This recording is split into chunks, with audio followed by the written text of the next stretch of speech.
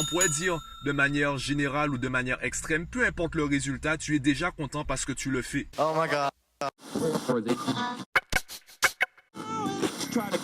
Viens, je t'explique. Yo, l'épisode d'aujourd'hui sera assez court car j'ai une panne d'inspiration. J'ignore un peu de quoi je vais te parler, donc là, je suis vraiment en totale improvisation.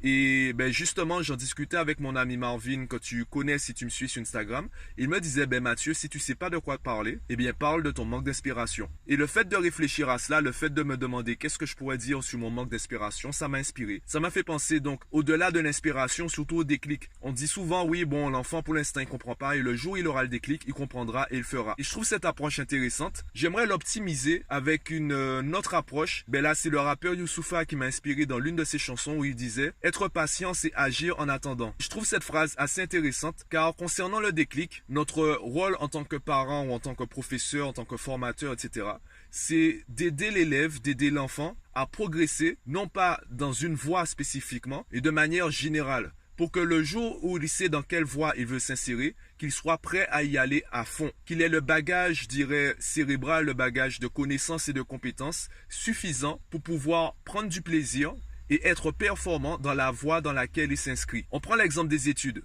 Dès que tu as le bac, eh bien, tu es censé soit aller à l'université, en BTS, etc. Sauf que même à 50 ans, tu ignores ce que tu feras dans 20 ans. La vie est assez variable, on ne peut pas prédire le futur. De la même façon, à 18 ans, on peut être passionné, on peut être intéressé par divers domaines, diverses choses. S'arrêter sur une seule voie professionnelle, s'arrêter sur une seule filière, ça peut être compliqué. On peut très bien commencer dans la filière A, continuer dans la filière B, finir dans la filière C, alors que c'est la filière D qui est la plus compatible avec notre personnalité, notre profil, etc. Donc le plus important, ce n'est pas forcément de trouver la filière D dès le départ. Le plus important, c'est surtout d'avoir le bagage de connaissances et de compétences suffisants pour s'en sortir dans les filières A, B ou C. Pour moi, on ne peut pas forcer l'inspiration. On peut la titiller.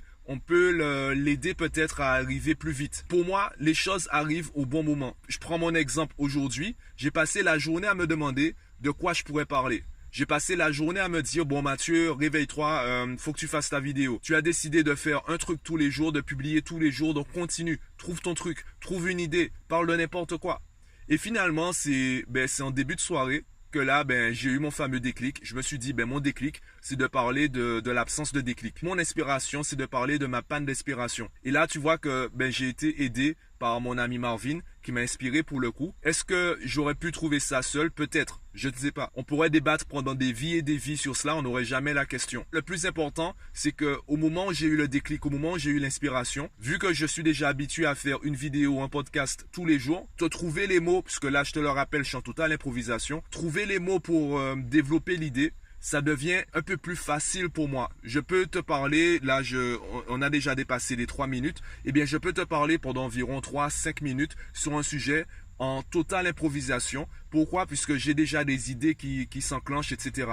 Et je pense que c'est la même chose pour les artistes. Et d'ailleurs, finalement, on est tous des artistes. À partir du moment où tu fais quelque chose que tu aimes, je pense que tu peux te considérer comme un artiste. On peut dire que ce que tu fais, c'est de l'art, car tu ne fais pas quelque chose qui ne te fait pas vibrer. Tu ne le fais pas pour une intention qui ne te fait pas vibrer. Tu le fais pour quelque chose qui te fait vibrer, quelque chose qui te donne du plaisir. Même si tu n'as pas un résultat, je dirais pécunier, ou un résultat où on ne te donne pas forcément une bonne note, tu fais quelque chose qui te fait vibrer. Tu fais quelque chose qui te donne le sourire. On pourrait dire de manière générale ou de manière extrême, peu importe le résultat, tu es déjà content parce que tu le fais. Pour moi, rien que le fait de m'enregistrer parler de ce sujet-là, ça me fait plaisir. Car je me rappelle que quand j'avais l'âge de mes élèves, il n'y avait pas ce genre de contenu. YouTube est arrivé dans ma vie, j'étais déjà à l'université. Donc chercher un cours sur YouTube jusqu'au master, je n'y pensais pas. D'ailleurs, c'est après mon master que j'ai commencé vraiment à m'intéresser à YouTube, à chercher des vidéos autres que les clips vidéo. Donc si j'avais eu ces outils-là quand j'étais élève, si j'avais eu ce genre de contenu quand j'étais élève, eh bien peut-être que j'aurais eu un parcours complètement différent de celui que j'ai aujourd'hui. Donc je prends du plaisir en fait à produire ce genre de contenu, à le partager, même s'il n'est pas parfait, même si je dis parfois des erreurs ou si parfois je m'embrouille, eh bien je prends du plaisir à le faire. Pour l'instant, j'ignore en fait combien de personnes m'écoutent. Si ça se trouve, il n'y a personne qui m'écoute, personne n'est en train d'écouter ce que je suis en train de dire. Ce n'est pas grave. car d'abord je le fais pour moi. Et si des élèves ou si des personnes lambda, des individus lambda tombent sur mon contenu et sont inspirés, je me dis tant mieux. Ce sera la cerise sur le gâteau. Le gâteau, c'est moi qui le fais. Je fais mon propre gâteau et je le mange moi-même. Ça, je prends mon propre plaisir à le faire. Donc voilà un peu où j'en suis. Pour moi, c'est ça la place du déclic. Le déclic, c'est pas quelque chose qu'on peut véritablement pousser.